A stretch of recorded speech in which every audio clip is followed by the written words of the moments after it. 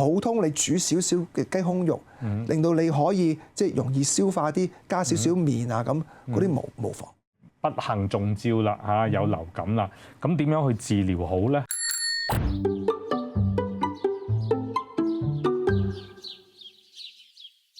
好，繼續翻嚟不老80啦。咁啊，今日咁難得請到安樂居嘅助理醫療總監白國明醫生上嚟傾偈，梗係唔會放過佢啦嚇。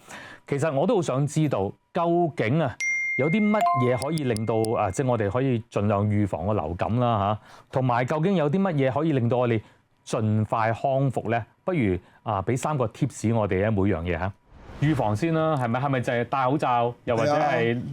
戴口罩，你明知嗰個人係有病毒嘅，梗係離開啦。你自己戴口罩最安全啦。第二就係要洗手，係嘛？洗手好緊要。第三其實係睡眠，睡眠充足的話咧，令到你自己個免疫系統咧會強好多。係嗰個好緊要。第四當然係飲食啦，尤其是你一有嗰個流感嗰陣時候咧。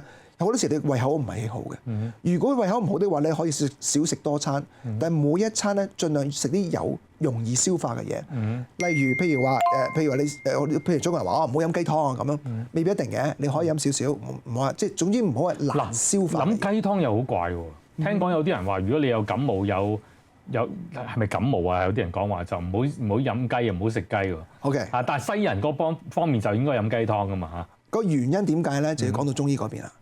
你講到流感咧，喺中醫嗰方面咧就叫傷寒啦，或者做種普通流行性感冒咧，亦都分佢涼熱嗰個問題嘅。有溫病性，亦都有傷寒性。咁你要睇下究竟個病徵個症狀出嚟咧，以中醫把脈同埋睇到望聞問切之後，究竟你呢種寒性嘅病啊，定係熱性嘅病？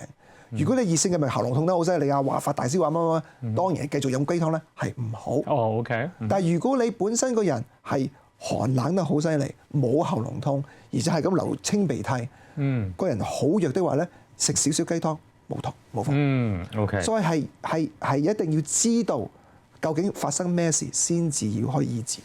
係啦，所以都係唔好自己亂咁嚟嚇，聽人哋講食啲咩做啲咩咁啊，都係小心啲啊。咁再講嗰個雞湯，當然我唔係叫你燉到5個鐘嗰啲雞湯，唔係燉湯嚇。普通你煮少少嘅雞胸肉，令到你可以即係容易消化啲，加少少麵啊咁，嗰啲無妨。咁另外啦，咁啊預防咗之後啦，如果真係不幸中招啦嚇，有流感啦，咁點樣去治療好咧？係咪就咁樣嚇買啲成藥？人哋話食嗰隻藥好就搞掂咧。係啊，咁當然除咗譬如話去咗西醫食少少藥，譬如話食acetaminophen之外，咁嗰啲唔係用藥的話咧，起碼有3樣嘢。當然亦都係睡眠啦。另外咧就係你自己要保暖，加埋咧你要有好好嘅營養同埋充足嘅水分。點解保暖同埋即係有好好嘅營養同埋飲水分係最緊要咧？即係食嘢方面啦。就因為流感咧，通常佢呢種病毒咧係最喜歡乾燥同埋寒冷嘅地方。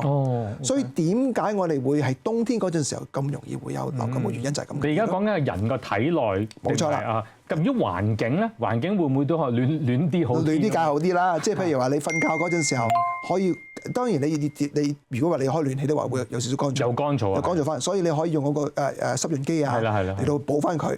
或者譬如話你去沖涼嗰陣時候，用多少少即係熱少少，等你可以用多啲蒸氣嚟到幫你個鼻腔啊同埋肺嗰邊咧，令到佢濕潤啲的話咧，都容易譬如有痰啊，都可以容易出嚟啲。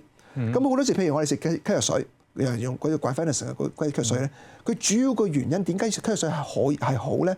就係譬如話你飲足夠嘅水分。咁然後佢加埋嗰個藥咧，係會將你個痰咧係由結塔塔咧變佢溶化佢，即係稀啲嘅，你稀啲咪容易咳咗出嚟咯。點解咳出嚟咁緊要咧？其實痰咧就係因為你個身體裏頭打仗，打個免疫系統咧，嗰啲殘留物質咧，盡量個身體想掃佢走嘅，所以盡量將啲痰盡量出晒嚟的話咧，咁你好嘅機會就快好多。好，今日多謝咧就係白國明醫生上嚟同我哋傾偈。咁其實安樂居咧亦都係好多時咧都會成日提醒佢哋嘅會員去打流感針啊，或者疫苗針啊等等。咁亦都咧喺呢方面咧俾好多一啲教育佢哋知道咧點解要你打針，其實咧都係希望幫助你哋身體好啲啦，同埋預防流感等等嘅。